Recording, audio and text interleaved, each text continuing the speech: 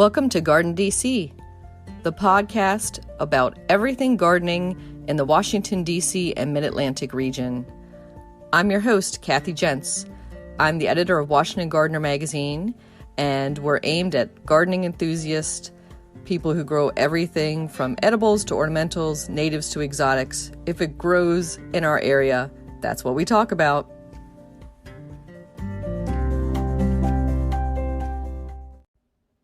Welcome to episode 113 of the GardenDC podcast. In this episode, we talk with Sonya Harris, garden educator and advocate about gardening with children. She's passionate about the topic, and I think it will be infectious. The plant profile is on Anise Hyssop, and we share what's going on in the garden, as well as some upcoming local gardening events. This episode, we're joined by Sonya Harris. She is the founder of the Bullock Garden Project, and we're going to be talking to her all about gardening with children. Welcome, Sonya. Hi, Kathy. It's so great to be here. Thank you.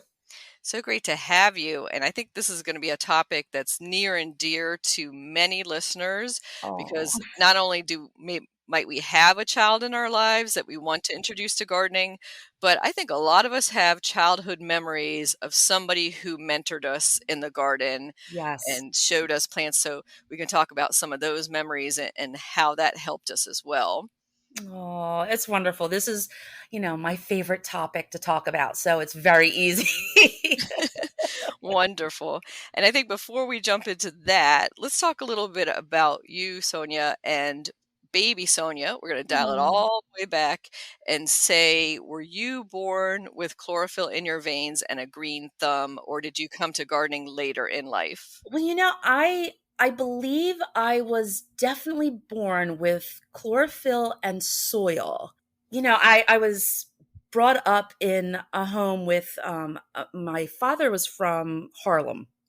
And so, he was a city guy and moved to South Jersey like around 12, 13, something like that. Lived with my grandmother on a farm. But my mom was, raised on like farmland. So that's what she knew. It was really interesting with her. My mom had a background where she grew up with her parents, my grandparents, who lived off the land. They had come up from North Carolina. They had sharecropped, and they built their home on this little plot of land in South Jersey. So my mom grew up with goats and cows and chickens and growing their own food. So when we were coming up in this little suburb in South Jersey, I remember, our yard was little, but my mom had cherry trees, and we had a cherry tree, we had peach trees. She had sassafras, because I remember being sick as a kid and watching my mom go out there with a little penknife, and she would scrape the bark, cut pieces of the tree, and come in and steep it and make tea for us. So I have nothing but great outdoor memories. And of course, being a child of the 70s, a Gen X kid, we were pushed outside. It was you go out and play.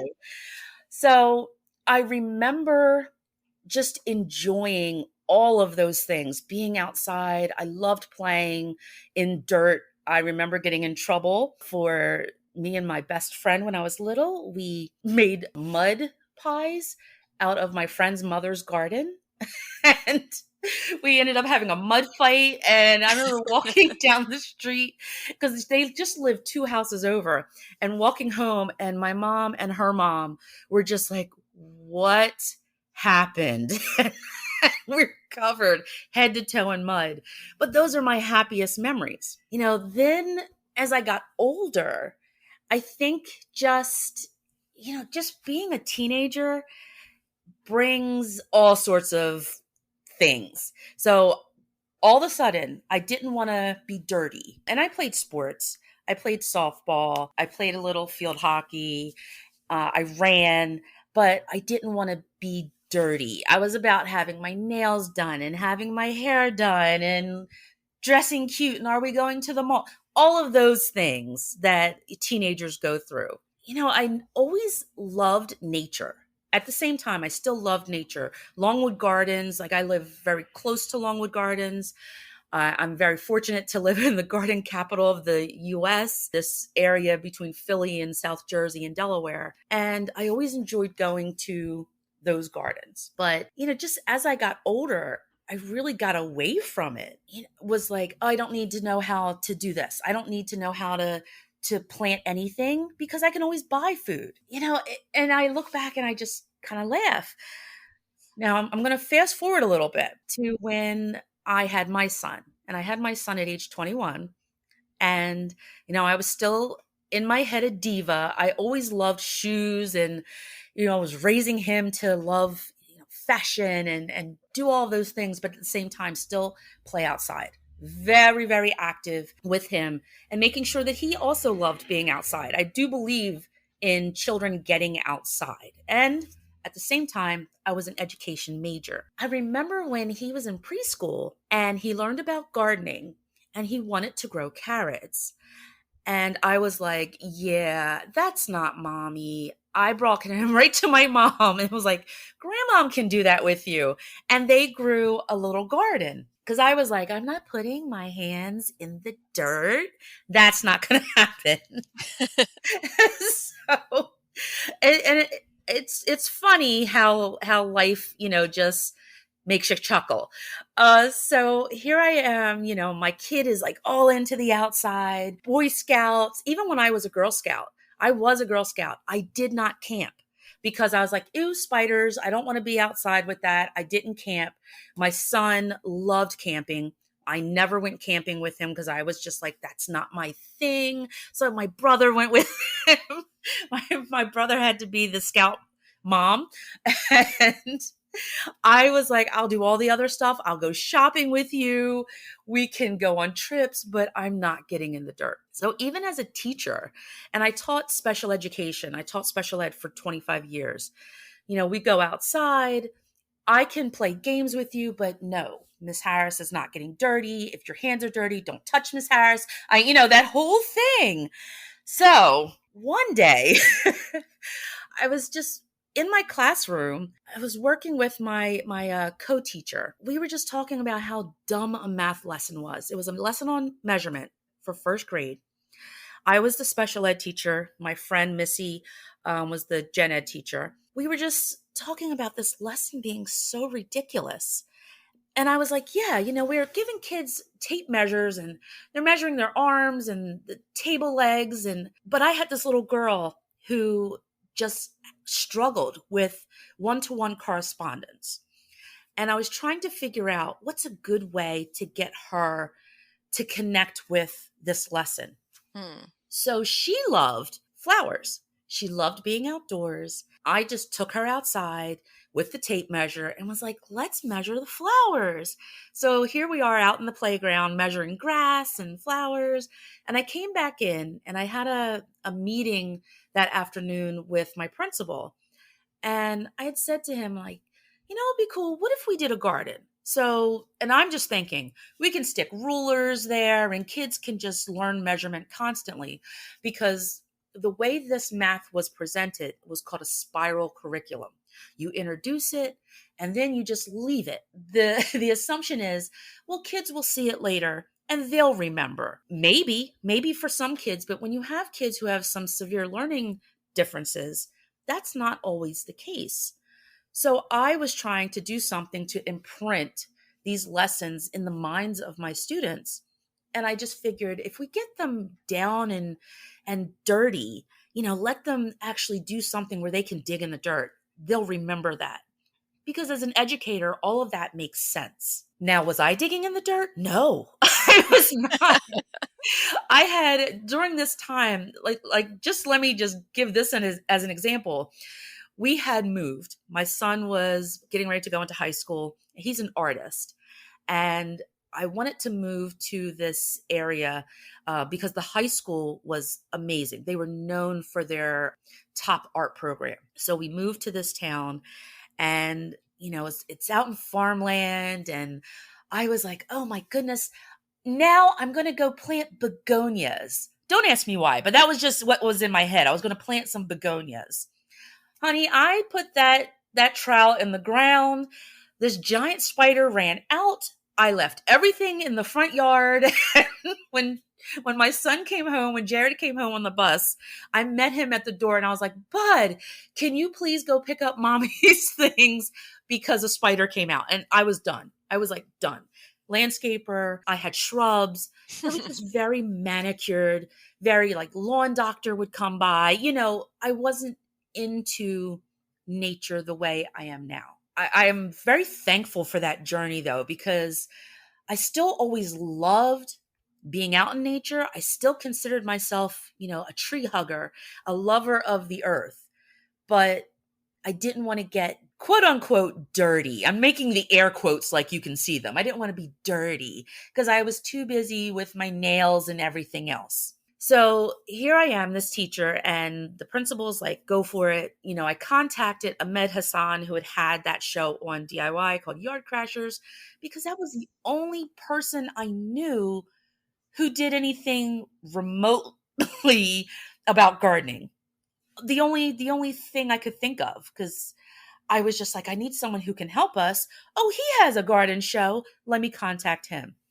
He got back to me really quickly and learned very, very quickly that I knew absolutely nothing about actual gardening. I knew what I needed to know to teach my students, but I didn't actually have the practical application of it. Because when he said, "What do you want to grow?" And I said, "Well, tomatoes." And he said, "Why?" And I said, "Because we're from Jersey. That's what we do." And he goes, "That's not what Jersey does." And I was like, "Yes, it is. Everyone knows you come through Jersey, you got to get Jersey tomatoes, Jersey white corn." And he's like, "Yeah, Jersey does blueberries and cranberries." And I was like, "No, Jersey does corn and tomatoes." And he's like, "Okay, well, what kind of flowers would you want to plant with your students?" And there I was struck again. I was like tulips. And he said, "Why?" And I went, "Well, they're my favorites." I said, "We could plant tulip seeds." That's how much I knew, Kathy. Tulip seeds. Oh my I'm goodness. talking about tulip seeds. Yeah. Through all of that, Ahmed then sent me on this journey of learning.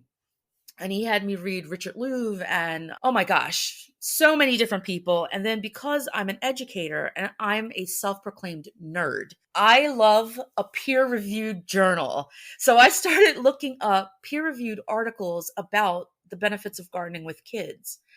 And as I learned more, I just fell in love with the idea and concepts. There wasn't a lot from the US, but there was a lot that was from around Europe.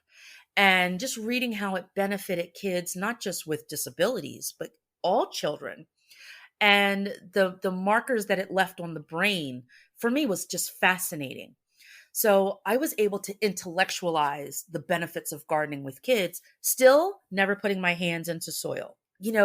We started planning to do a garden at my school. It was funny because, Ahmed had connected us to a landscaper and he's talking all this stuff. And I'm just nodding my head and going, okay, but so how much do we have to raise? How much do we have to raise? I'm thinking, let's just get it built. Luckily, a year passed and Ahmed had come to Philly for the home show. Me and a couple other teachers met up with him. We took him out to dinner and we just started talking about the benefits that this would have on our children. And my co-teacher, one of my co-teachers and my friend who had actually gardened was one of the people who came with us. And she's really talking with him about gardening. And she has the actual application and practice of it. I'm here talking about it from the guise of a special education teacher and how we could, do this with kids and how we could help put that imprint into their brains and help them learn. And he came back like a few months later and said, "Hey, I'm going to get a group of my friends from around the country, superstars in gardening, and we're just going to come do your schoolyard, old school yard crasher style." Wow. Right? And then I went into planning mode. I can plan. So I was like, yes, here's what we have to do. And I am all about, teachers are all about getting donations. You can tell a teacher, "Hey, we don't have budget for books, or you don't have a budget for crayons. We will find a way to raise that money and to get people to donate things to us." And so I was used to being that teacher that was always asking for some kind of donation. And then you go to people and you go look them in the eyes. And if they say no, you're like, really? For children? For children? You're saying no to kids? So then, of course, people were like, okay, yeah, we'll do this. So we had hotel rooms. We had, thankfully, the town that I was teaching in Glassboro, New Jersey, everyone I went to was like, absolutely. You tell us what you need. So we had lumber companies, we had soil people, we had plant people, stone people. We were able to build this beautiful garden. And I remember the first day when we had to actually start tearing out the sod. People there were shocked because I had actually started ripping it up. They're like, she touched the dirt with her nails. And I was like, I'm doing it. I'm touching it. I was into it. I'm like, yes, rip it all out. Let's do this. Because by this time, I was really passionate about what gardening could do for kids. So it sounds like it was a quick journey, but it was really like a 3-year journey from the time I contacted him to the time that I actually did it. But we're also talking about lifelong, where I was flashing back to doing certain things with my mom, like snapping green beans and going outside and picking peaches, and let's take the stones out of the peaches and let's cut them up, and how I used to love doing that with her. So as the garden is coming into shape and just looking gorgeous, and just a bunch of volunteers doing all of this, I remember the day after everyone left, and I'm sitting with my friend on a bench, and we're looking at the garden before school starts. And I literally went, what the hell do we do now? Because I was like, I don't know any of these plants. I don't know what's out here. I don't know how to take care of it. So Brie Arthur was one of the people who had come. And so she became my horticultural Mrs. Miyagi, per se, and I would get on the phone and I'd call her and I'm like, Brie, what is this plant? Because her and Ahmed and everyone had taken all the tags off of everything. So it would have this aesthetic look.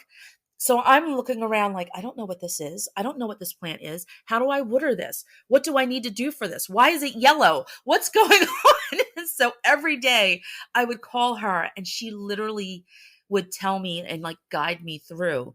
And then I would watch YouTube. I went to Brie's house. Brie would come up here. That summer, I had the shrubs at my house. I had them taken out and I started gardening. And I just figured, you know what? I have to do this because if I'm going to teach it to kids, I got to learn how to do it for myself. And I fell in love. I fell head over heels in love. And I had started like a blog at that time, and I called it From Shoes to Seeds because I'm a person who was like all about collecting shoes, like a just that was my hobby, shoes and purses and all of those things, and very quickly turned into how many seed companies are out there and where can I get these seeds, and I want to grow all these tomatoes, and I want to do this and I want to do that. And I went from having this manicured yard to now, like, I have a meadow on one part of my yard, ripped all of the shrubs out. Everything is foodscaped. And I grow food year round. And that was, let me see, we did the garden for the school in 2015. In 2016, we started winning awards because when I said we sat on that bench and was like, what do we do? We had to figure out how to make it part of the curriculum. So what I did is, our school at the time was first, second, and third grade only. So I started looking at all of the curriculum that we had, which is a love of mine. I went to grad school for curriculum, to write curriculum and how to understand developing curriculum. So I started tying it in with the themes that we were doing every trimester. So I was really geared myself towards teaching across the entire curriculum through gardening. And even like the music teacher, the art teacher, the gym teacher, they would all get involved, and it became this school-wide movement. And then it became this town-wide movement. And my superintendent started sending me to other superintendents to talk about this. And we started winning awards from the state. We are the garden state, even though at the time we were a little behind in, gardening in schools. But I became friends with our Secretary of Agriculture, and he was like, anything in New Jersey, anything kids grow can be cooked and fed to them in the cafeteria. So we started doing that. And there's nothing like seeing kids eat radishes and onions and, Swiss chard. I had never had Swiss chard, but the chef cooked it, and these kids were like, "It's from our garden," and they're eating it. And it really just became something that I like, where I went, I can't believe that this is my life. I can't believe that I found a passion later in life. So in 2017, where other teachers started contacting me like, "Hey, how do we do this? How do we get this past our school board?" And I was just fortunate that my superintendent taught me how to chart things so it could be passed through school boards. And I just started helping other teachers. And I noticed that, hey, if we have a 501c3, it's easier for teachers and school boards to accept donations from one group than from, like, okay, you're getting gloves from Globus or Showa, and you're getting soil from this person, and you're getting seeds from this person. I became the hub, and then I could give donations to a school or to a teacher, and the school board would approve it easier. And then in 2019, or really 2018, I knew I was going to leave teaching. Teaching had become this animal that I didn't recognize anymore. I can't say that I lost the passion, because I never did. The passion is still there. But it just I came to a place where I was like, you know what? I see how this is affecting my kids. When I have Mm. children who, they come to me and I have an IEP, and I'm meeting with parents and other teachers who are saying, yeah, this kid's never going to read. Yeah, this kid, we just have to get them through. And I wasn't that type of a teacher. I believe that everyone has a gift. You just have to find it. And I had this one child who changed my life and who's still in my life. Like, I tell him he's my adopted son. His mother sits on my board now. But I remember this kid from first grade, second grade. He used to hide in the bathroom so he didn't have to go into class. And then when he came to me in third grade, and I was just listening to him and observing him and watching him talk, and he loved going out to the garden, he started telling me all these facts about the plants and insects. And I just listened to him and I went, "How do you know so much?" And he was like, "Oh, I love listening to the Nature Channel." So I started just taking him outside, and I would teach him through the garden. And this kid, I ended up fighting with his mom, like fighting for him to get into gifted education. So here's a kid that the system had kind of given up on. And it took me and her a year to get him into gifted education, to find out this kid, yes, he has a disability, but if he hears it, he has it. And Hmm.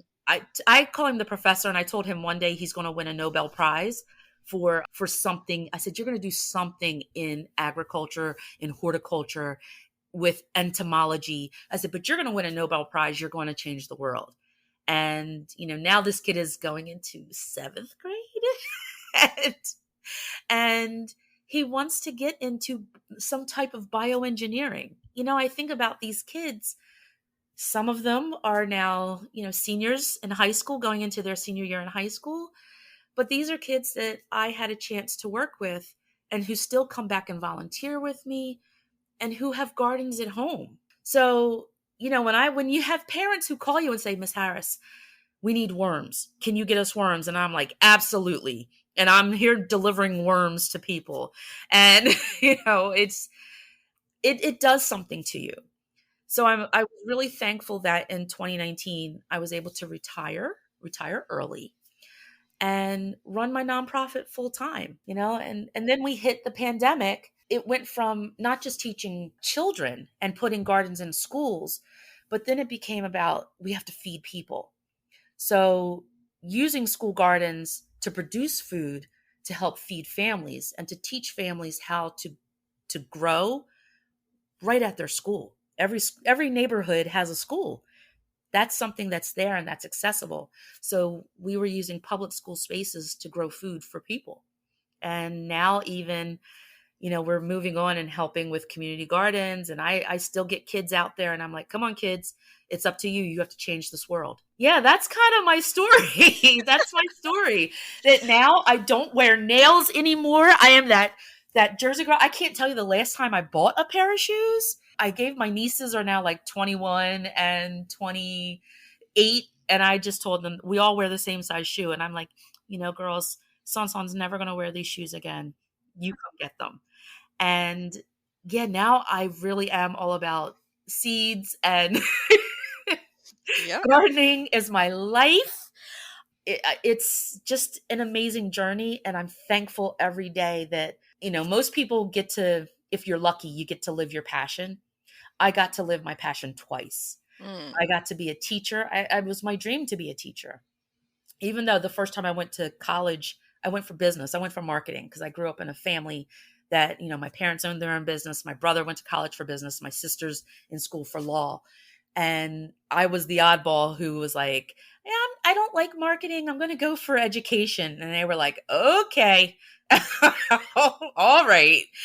Then to leave it and to say, oh, I still love educating people, but now I'm going to do it and educate people about growing their own food. So that's my journey. I want to say how inspiring and wonderful that was to hear Thank your you. passion to passion journey. And it's great that, that you have multiple passions. I think that's true for many of us, that we have, Yes.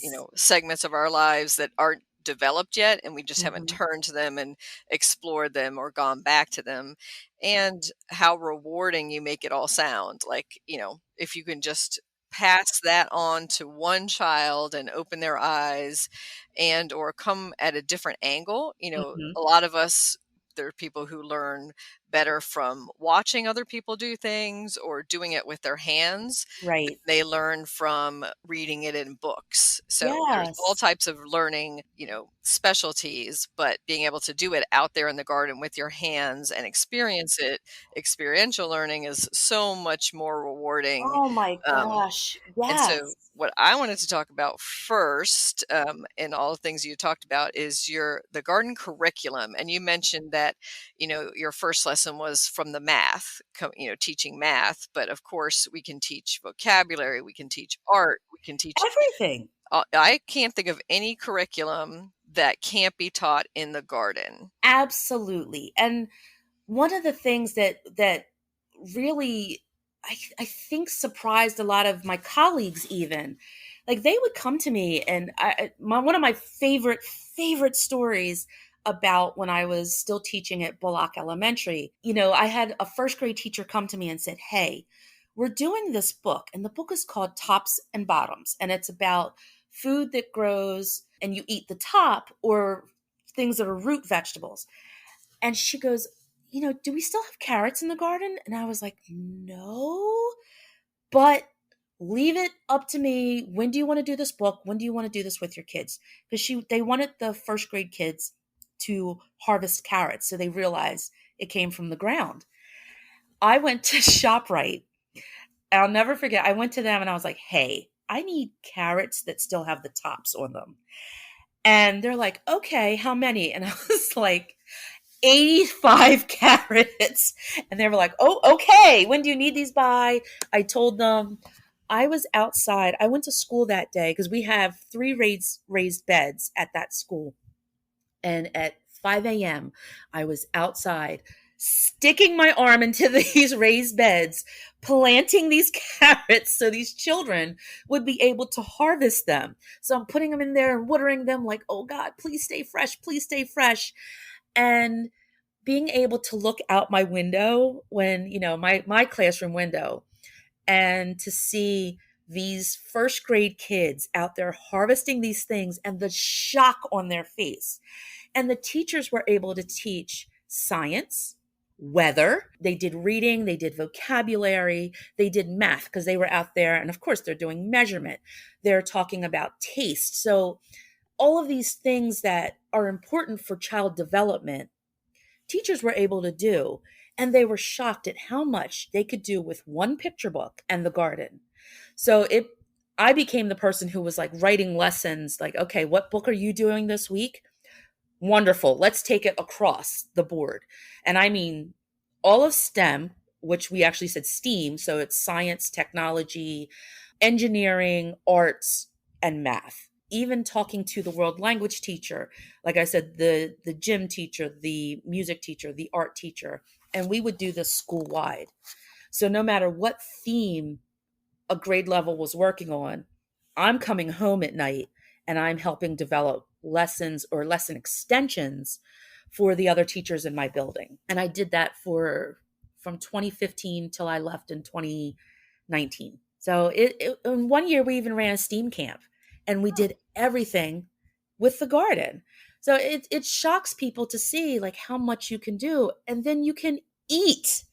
So at the end of it, you can even eat what your project is. So it's absolutely amazing to do. And I always tell teachers, like, you know what, don't let your fear hold you back. And I think it's a great place for children to learn patience and how to overcome failure. And we live in this world where we want children to, like, almost like you want to put the cushions down so kids don't fall hard, but kids have to.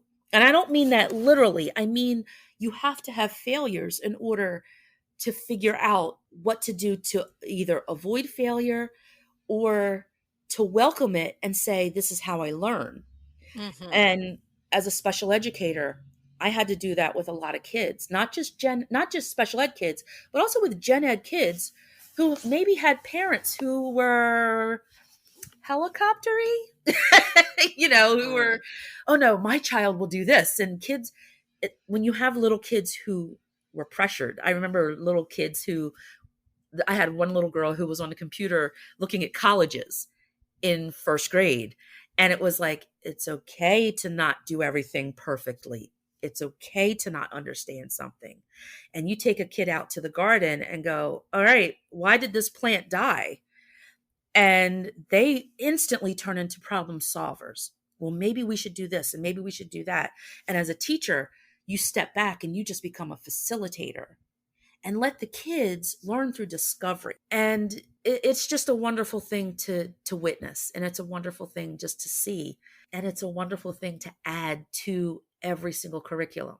My goal is to see garden education become the norm and not an extra.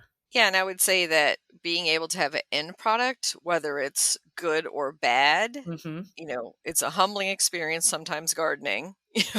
What you thought was going to happen might not actually happen. Some seeds just will never germinate for That's you. right. They came bad. It wasn't you. Sometimes a plant will come and just not take off at all. Yes. So those are great life experiences in general, but Mhm. outside of the education system, it's just great life learning. And then, of course, there's the whole overlap with nutrition and Mhm. self-sufficiency and being able to say that this is yours. That's the other thing that I think is ownership. If you give children, this is your pot, your container, or this is your row, everybody has the ownership over that. And then they can have pride in what they did as well. That's right. When I work with schools, I always tell them, one of the conditions is any adult can never say, well, this is our garden. And as an adult, you can't say our, you can't say my, you can't use those terms.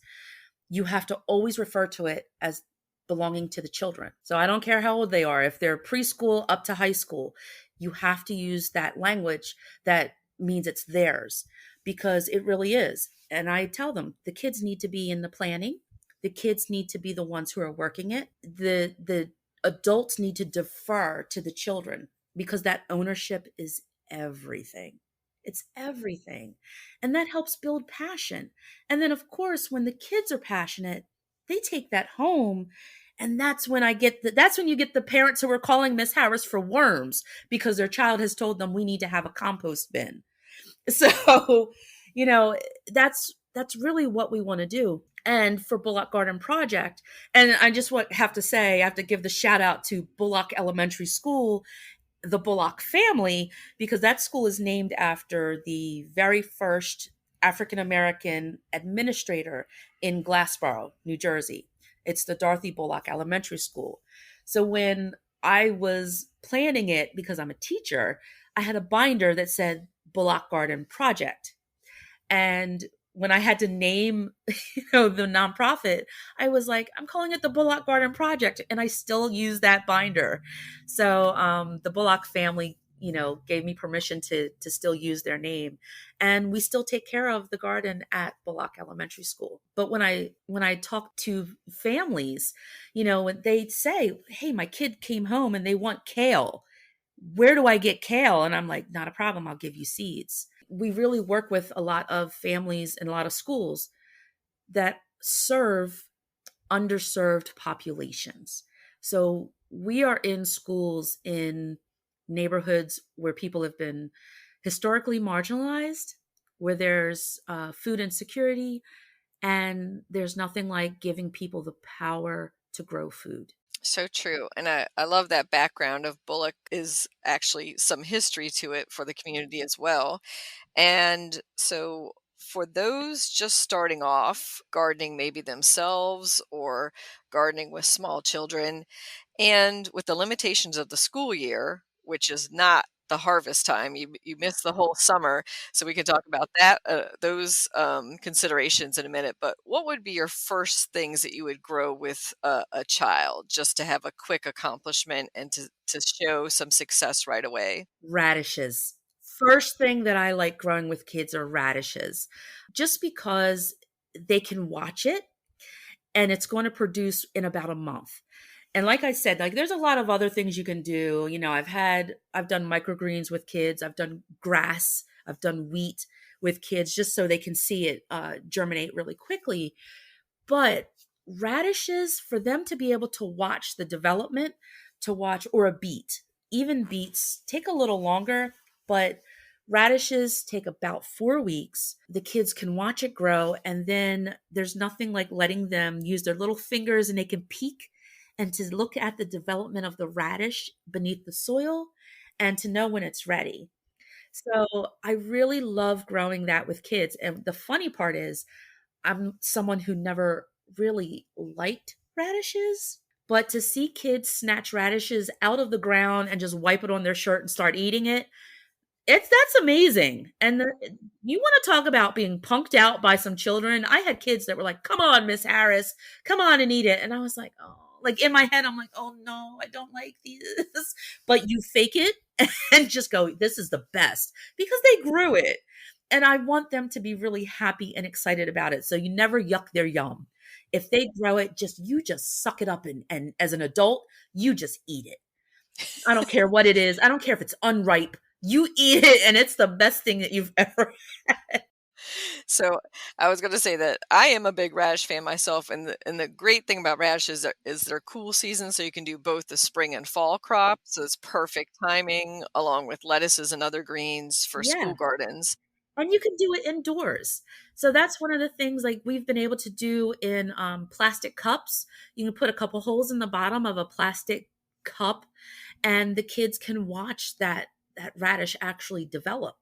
And it's really cool for them to see. So yeah, I love doing any of that stuff. And then of course, if you're growing a salad, the kids see it from start to finish and put a ton of lettuces there. They can eat it while they're outside tending to the garden.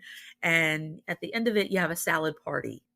That sounds like a lot of fun. I know as a kid, salad wasn't my favorite thing. Maybe it still isn't. I'll confess to that. But if you grew it yourself, you're definitely going to take much more enjoyment out of it, of course. And I was going to say, how about on the non-edible side of gardening? So maybe gardening for pollinators or growing flowers for pleasure. Is that part of the school curriculum that you developed as well?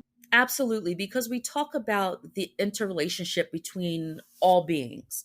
So even, putting out a pollinator garden, and again, having the kids research it, have them planning it, So, again, I'm going to refer back to Brie Arthur. When I was working with the kids at Bullock Elementary, and Brie would come up twice a year and do sewing with the kids. And I told her, I called her in advance and I said, hey, the kids have decided they want to build a pollinator garden. And we would already put, flowers in there and explain, because we need bees and butterflies and birds to help all of our food grow. But the kids had really done this extensive research in the garden club, and the list they came up with, I had to take a picture of what I had written on the board because the kids were telling me, and I'm writing it on the board, took a picture and sent it to her. And oh my gracious, they planted this beautiful pollinator garden. So they had different types of milkweed. They had common milkweed. They had, of course, swamp milkweed. I remember they had Monarda.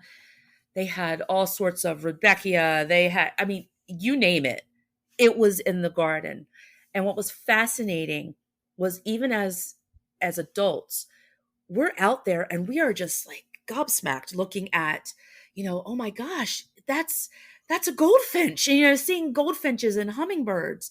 And the kids were just like, yeah, we know, that's why we had that planted, because it attracts hummingbirds, or it attracts this. So now we have the kids teaching us, like, this is why we did this, and they're teaching the teachers. So that's always part of it. But I take things a step further and say, well, kids, we have to understand now, Bullock Garden is open. There's no fencing. It's in an open space. Deer will visit. Turtles, we've had snakes, we've had toads, we've had all sorts of critters in the garden, even bagworms. So we've had pests even. And using those as lessons to teach about the interrelationship between all living things is so critical. I always tell people, yes, you may get deer in your garden. Don't try to keep them out necessarily. Plant a lot of extra, because having the deer come into your garden is a big lesson for kids. So not only are you problem solving, what can we plant that they don't want to eat? What can we put here that's going to deter them? But kids understand the importance of also giving back to the earth. And I always teach the kids that we always have to plant extra, because yes, there's deer and there's birds and there's bees and there's, different creatures that like to eat the same things we do. Now we have to talk about pest control, and we plant, we companion plant to reduce that. We go outside and we pick things off. We will relocate tomato hornworms, which was a big lesson for a lot of grown-ups, that, like, you don't have to kill it, relocate it, because it's either going to be food for something else or it's going to turn into this beautiful moth. So, or we would plant extra tomatoes and relocate it to the sacrificial tomatoes. So it's really important to teach kids all of those things, because kids understand so much better the relationship that we all have when it comes to making a healthy ecosystem. Because humans are so selfish in thinking that, we are it. We are the highest life form. And I'm like, really, if you look at plants, I'm just going to say everything else is a higher life form than humans. We just have the capacity of talking to each other, and we think we are. But when we look at the actual science and the wonder behind how everything else relates, it's just incredible. And children get that so quick. And when they get that, we're also building into them this love of the earth, which is what we really want. These are going to be our future stewards of the earth. So instead of teaching them how to keep things totally out, just say, yeah, you know what? The deer came in, sorry, that's my service dog. She hears some noise outside and she's alerting me that someone's approaching the house. So that's Amazon. So sorry for that right now. Yeah, Amazon could be a little bit of a trial for some dogs, I know. Yes, she can hear it. She's very good and she can hear it. But she also is a garden puppy, so she She loves eating things out of the garden, like my blueberries.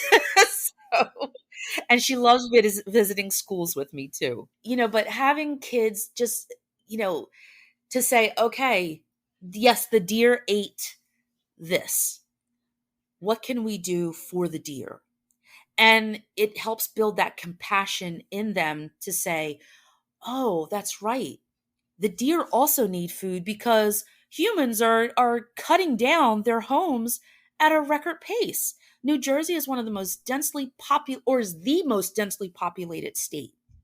And they're constantly building new homes, new housing developments, and we're losing a lot of the native untouched scapes that we had here, and they're just building more and more homes. So for the students to be able to stop and say, wow, this is why the deer are coming to our garden, or this is why the rabbits are coming. Let's figure out how we can help them. And, it's also very funny to see kids discover deer waste. And to have to tell kids, it's not stones, sweetheart. That's not pebbles. Don't touch it. But when the kids find out and they know the benefits of worm poop, and trust me, if you say that to kids, it buys them in, because I'm telling you, as someone who taught first, second, third, and fourth grade, poop is hilarious. So to say worm poop to kids and explain it to them, they think it's the best thing in the world. So when they realize, oh, this is rabbit poo or deer poo, the first thing that these kids will do is say, okay, can we put this back into the garden? Absolutely. Absolutely. This is what it's all about. There is no waste here. That everything that is produced here benefits something in some way. I love that they're making that connection, that whole circle connection.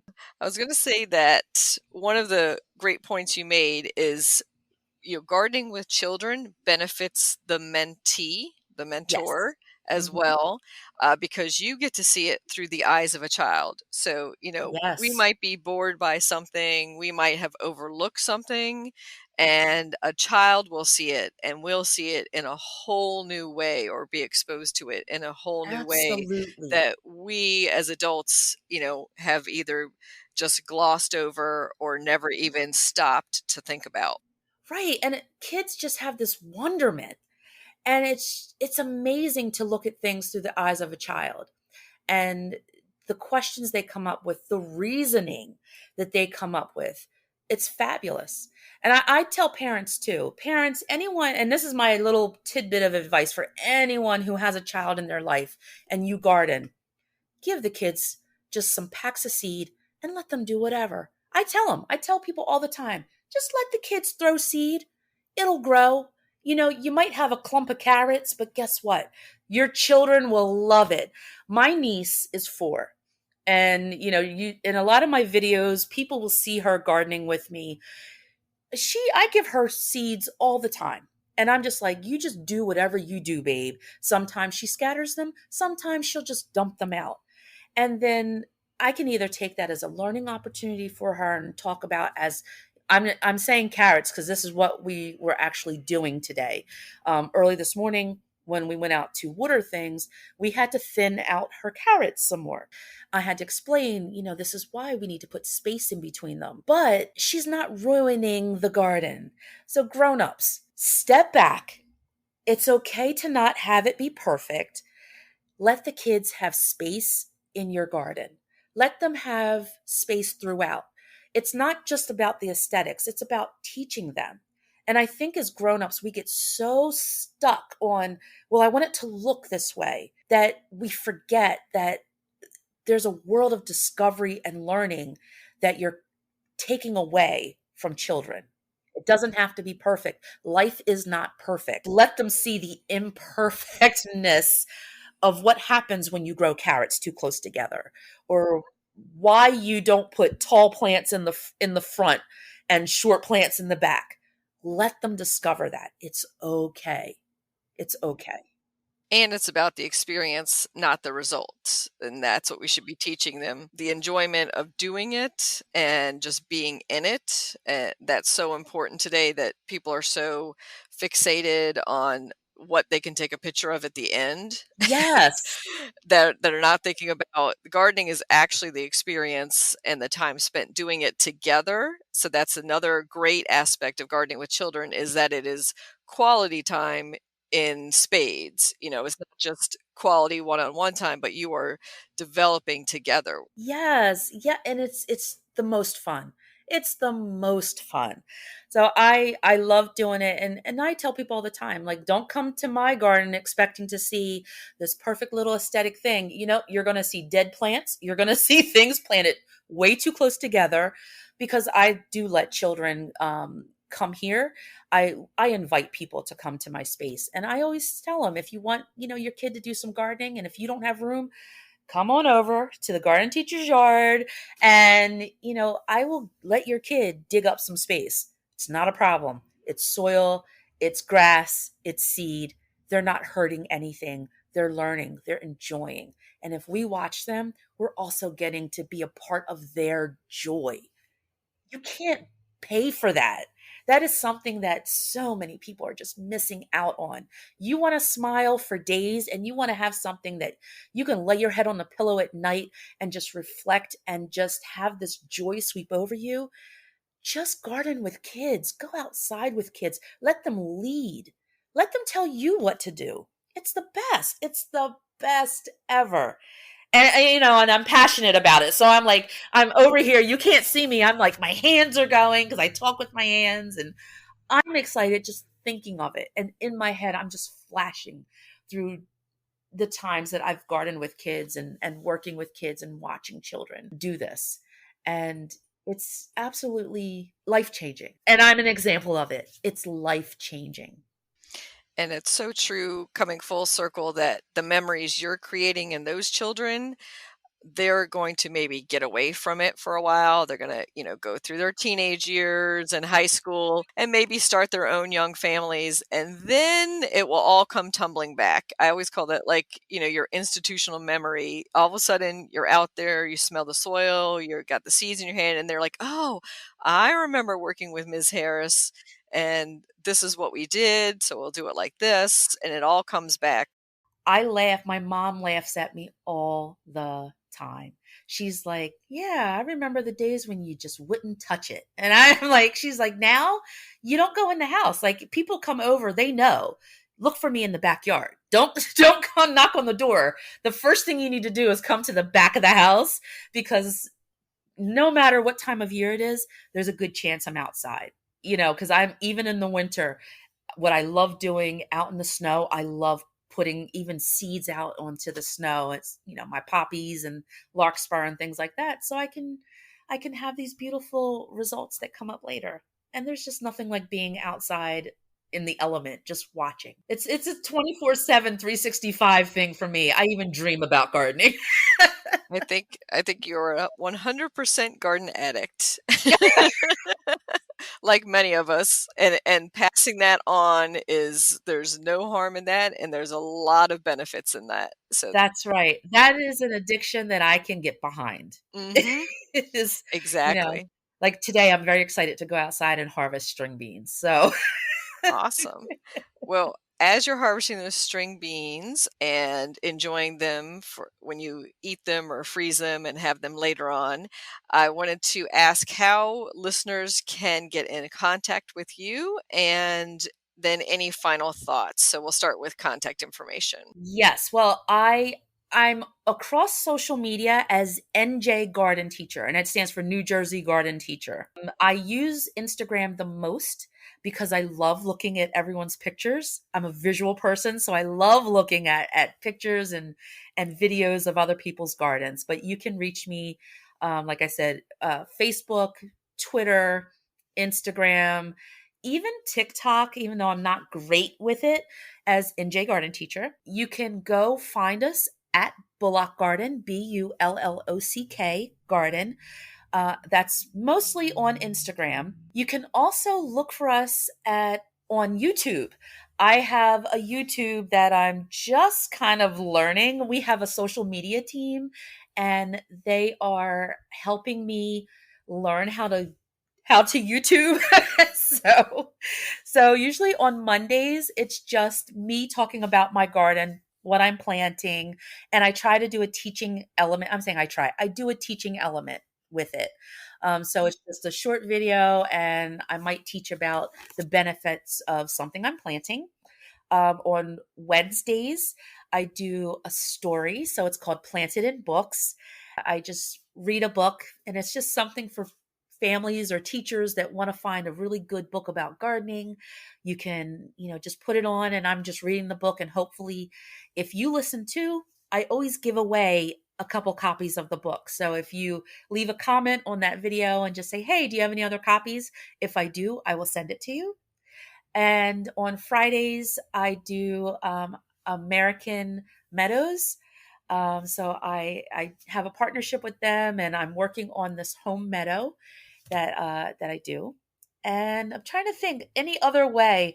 If put it this way, if you can find me, just get me because I love talking to people. I answer everyone back, and yeah, and just please just look for NJ Garden Teacher and somehow just communicate with me. I love talking to people about gardening.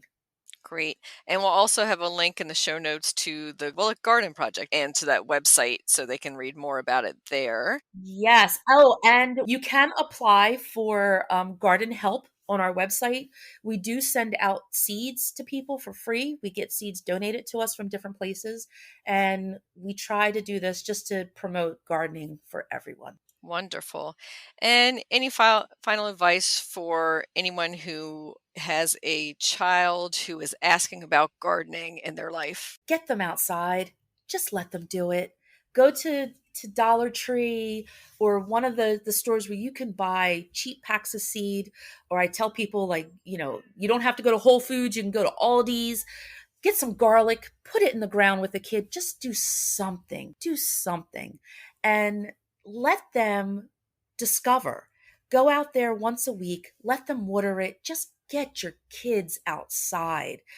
Especially in these times, the grocery stores are, low on food. This is a great time to get out with your child and just throw some beans in the ground and see what happens. If you need help, that's what I'm here for. I'm here to help because it's that important that everyone eats. It's that important that everyone falls in love with the earth. So just please get your kid out there, no matter what it takes. Get your kid out there. Contact me. I'll send you seeds. Get your kids out there and let them get their hands dirty.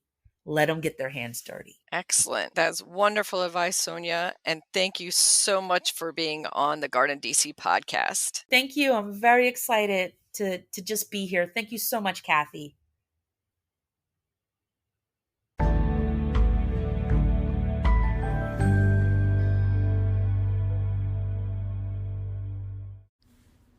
Anise Hyssop plant profile. Anise Hyssop, Agastache funiculum, is a perennial plant that is native to most of North America. It is hardy to USDA zones 3 to 8. It is not a long-lived plant, but makes up for it by self-sowing itself about. I often find volunteer plants coming up in the cracks of my driveway. You can deadhead it to encourage reblooming and prevent prolific reseeding. Anise Hyssop prefers full to part sun and is drought-resistant once established. It can rot if planted in overly moist soils. It is deer and rabbit resistant as well. It is a great pollinator garden addition. The flower spikes can range from almost white to deep blue. It is visited by bees, butterflies, beetles, and hummingbirds. Goldfinches and other birds enjoy eating the dried seed heads. Anise Hyssop is a member of the mint family and is not a true hyssop despite its common name. When you crush the leaves, a mild licorice scent is released. It has herbal and culinary uses, most notably as a tea. It can also be used to flavor fruit salads and jellies. Popular cultivars include Golden Jubilee, which has chartreuse foliage, and Blue Fortune, which is a sterile hybrid with the Korean hyssop, Agastache rugosa. Anise Hyssop, you can grow that.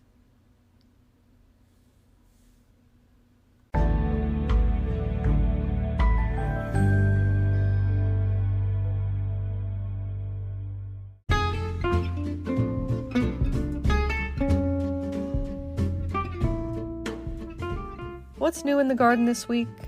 Well, over at the community garden plot, our tomatoes are starting to ripen, and we're trialing one this year called Sun Dipper. It's a new variety for 2023 by Pan American Seed, and it's a kind of elongated cherry tomato meant for picking up and dipping on a crudité platter. And it is absolutely delicious without even any dip or garnish on it. Over at the home garden, I'm enjoying my crepe myrtles, including the shrub and dwarf varieties that I'm trialing. Some have dark foliage, some have different colored flowers, but they're all blooming right now and looking beautiful in this mid-late summer heat. In the local gardening world, a few upcoming events that you might want to add to your calendar. First is the National Capital Cactus and Succulent Society's annual sale at Brookside Gardens in Wheaton, Maryland. That takes place Saturday, August 6th from 10 a.m. to 4 p.m. in the main auditorium of the Visitor Center. And I recommend going early because they sell out quickly. So that opens at 10 a.m. The next event that I want to bring to your attention is Cultivate the City. Our friends have moved outside of Washington, D.C., a little bit further north, and they are holding a Plant Propagation 101 class, Seeds, Cuttings, and Clones, on Sunday, August 7th from 11 a.m. to 12 noon. And you can find out more about that at facebook.com, Cultivate the City Events. And one more event to put on your save the date is Uncommon Evergreen and Deciduous Azaleas public sale. That's being put on by the Northern Virginia chapter of the Azalea Society of America on Saturday, September 24th from 1 to 4 p.m. at the Kirkwood Presbyterian Church in Springfield, Virginia. You can find out more details about that at nv-asa.org/sale. Happy gardening!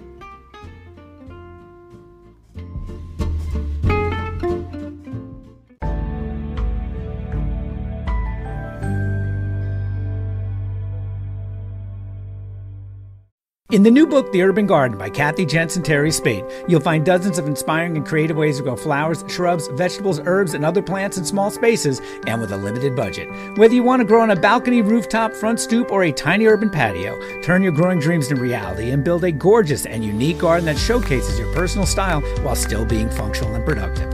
With the ingenious ideas and resourceful tactics found here, you'll be maximizing yields and beauty from every square inch of your space while also making a lush outdoor living area you'll crave spending time in. Whether you're growing edible plants or beautiful flowers, the 101 amazing growing ideas found in the urban garden will turn your tiny urban yard into a treasure trove of green you'll be proud to share with family and friends. Buy your copy today at your local retail bookseller or order it online now at Amazon.com or bookshop.org.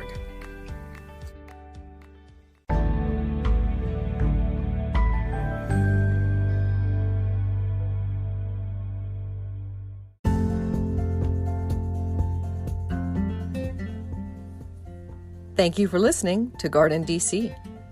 You can become a listener supporter for as little as 99 cents a month by going to anchor.fm/GardenDC/support. Another way to support this podcast is to subscribe to our monthly digital publication, Washington Gardener Magazine. To do so, go to WashingtonGardener.com. Thank you.